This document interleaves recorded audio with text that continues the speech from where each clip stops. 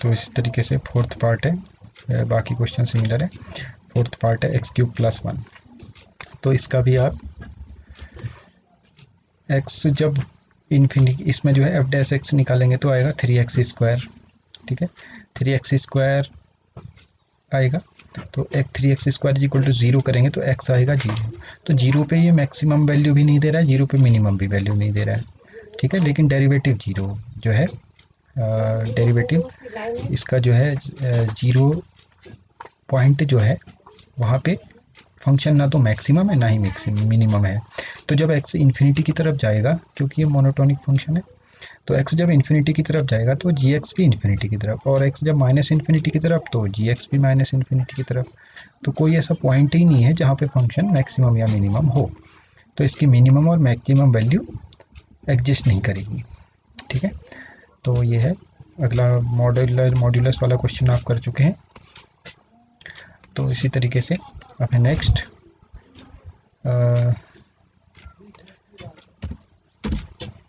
अगला है mod of x-1। ये वाला क्वेश्चन हम कर चुके हैं। ठीक है,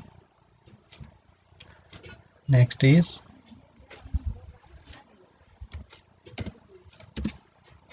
अगला है sin 2x + 5।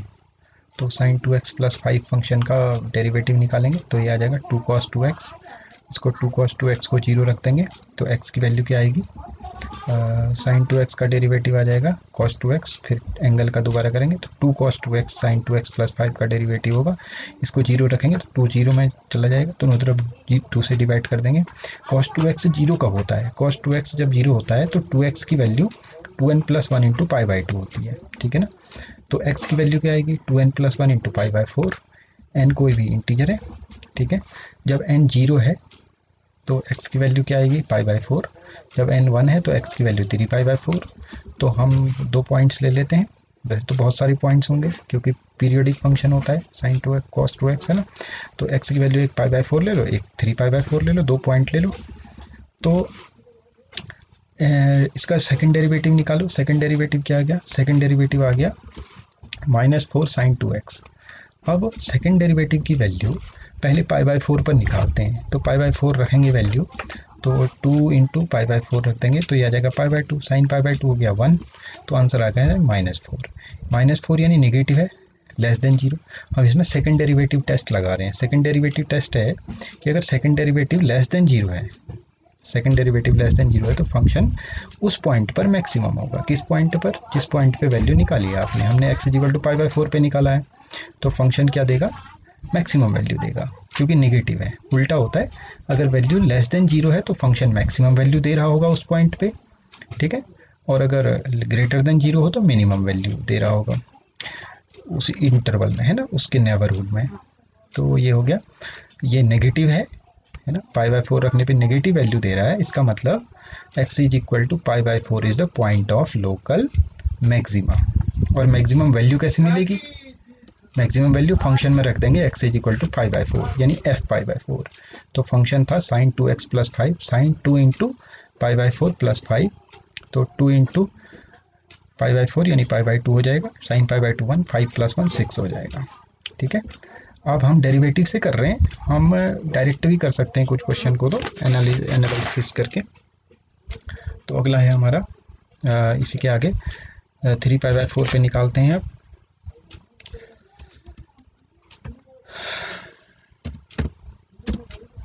तो ये है, तो मैक्सिमम वैल्यू 6 आ गई, और 3 π/4 पे निकालेंगे तो सेकंड डेरिवेटिव यानी -4 sin 2x -4 sin 2 × 3 π/4, 2 से 2 कैंसिल, ये बन जाएगा 3 π/2 sin 3 π/2 की वैल्यू -1 होती है। 4 × -4 × -1 4 > 0, तो 3 π/4 पे फंक्शन लोकल मिनिमम वैल्यू दे रहा है। ठीक है, क्योंकि <0 है। सेकंड डेरिवेटिव अगर <0 है तो फंक्शन लोकल मिनिमम वैल्यू देगा उस पॉइंट पर। पॉइंट क्या है 3 π/4, और अगर सेकंड डेरिवेटिव <0 है तो maximum value, local maximum value. और वैल्यू कैसे मिलेगी, वैल्यू मिलेगी x जो 3 π/4 है।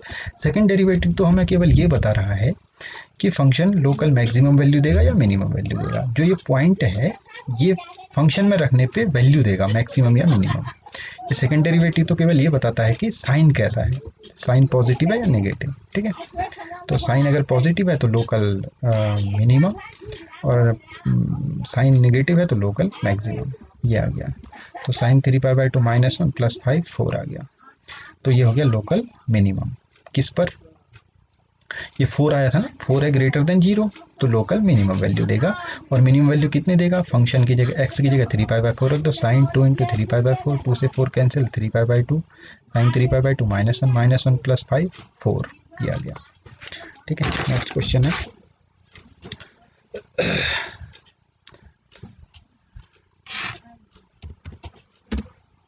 अगला है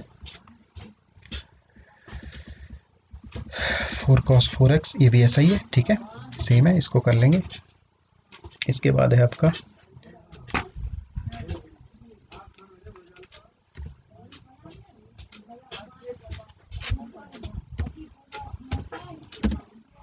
नेक्स्ट क्वेश्चन, वही है, इसको कर लेंगे, सेम है, ठीक है।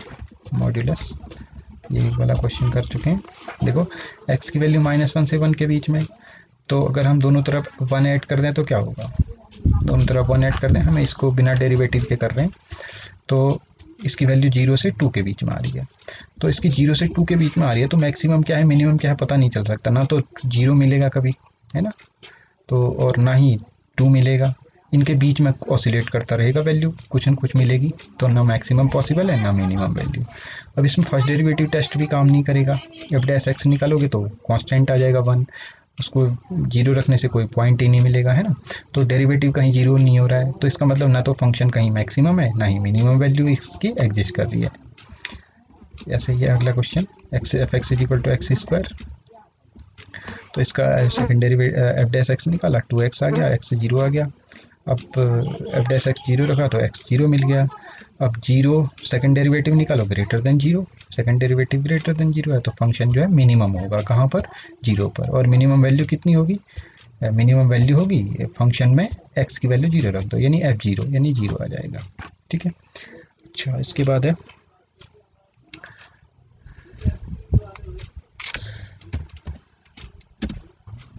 अगला क्वेश्चन है gx = x³ - 3x, इसको भी कर लेंगे, बहुत आसान है।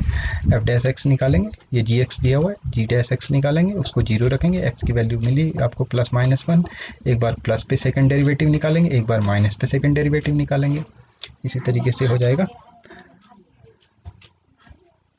अब आ जाए 38, सॉरी क्वेश्चन नंबर, ये है hx = sin x + cos x, x की वैल्यू 0 से π/2 के बीच में है। ये क्वेश्चन देख लेते हैं, तो इसका डेरिवेटिव निकालो, sin x + cos x, sin x का डेरिवेटिव cos x का आ जाएगा -sin x, तो h' आ गया cos x - sin x। अब डेरिवेटिव को 0 रख देंगे, तो sin x - cos x 0 रखेंगे, तो आपको मिलेगा tan x = 1, यानी x = π/4 मिलेगा। या ऐसे देख सकते हैं sin x = cos x, कहाँ दोनों इक्वल होते हैं? π/4 पे। या आप cos से डिवाइड कर दो, sin x / cos x = 1 हो जाएगा, tan x = 1 है ना, तो tan x = 1 मीन्स x = π/4, तो π/4 पे फंक्शन का डेरिवेटिव 0 है। अब सेकंड डेरिवेटिव निकाल लो, सेकंड डेरिवेटिव मतलब जो f(x) निकाला है आपने, h' निकाला है, इसका डेरिवेटिव cos x का डेरिवेटिव -sin x का cos x, तो ये हो जाएगा, माइनस ऑलरेडी था तो माइनस कॉमन ले लो, तो -sin x + cos x। अब हमें पता कैसे चलेगा ये वैल्यू पॉजिटिव है नेगेटिव है, किस पॉइंट पे मैक्सिमम मिनिमम है? तो हमने जो दो पॉइंट निकाला हुआ है, एक तो π/4 निकला हुआ है, ठीक है, तो π/4 पे हमने वैल्यू निकाली, π/4 पे वैल्यू क्या आई? π/4 पे वैल्यू आई नेगेटिव, -√2 आया, तो नेगेटिव है, और नेगेटिव है तो x = π/4 पर फंक्शन लोकल मैक्सिमम है, क्योंकि लेस देन 0 है। Second derivative less than 0 means function local maximum value दे रहा है। और मैक्सिमम वैल्यू मिलेगी कैसे? x की जगह π/4 रख देंगे फंक्शन में, f π/4, ठीक है, और hx है तो h π/4 हो जाएगा, तो वैल्यू रख देंगे, आ जाएगा। अब है नेक्स्ट, तो मैक्सिमम वैल्यू आ गई √2, ठीक है, तो बाकी नेक्स्ट वीडियो में।